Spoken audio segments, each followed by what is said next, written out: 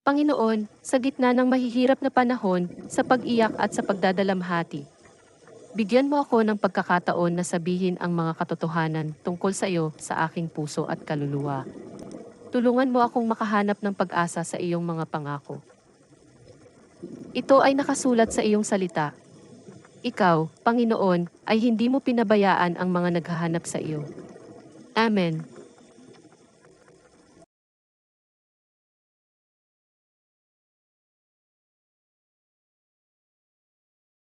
Panginoon, sa gitna ng mahihirap na panahon, sa pag-iyak at sa pagdadalamhati, bigyan mo ako ng pagkakataon na sabihin ang mga katotohanan tungkol sa iyo sa aking puso at kaluluwa. Tulungan mo akong makahanap ng pag-asa sa iyong mga pangako. Ito ay nakasulat sa iyong salita. Ikaw, Panginoon, ay hindi mo pinabayaan ang mga naghahanap sa iyo.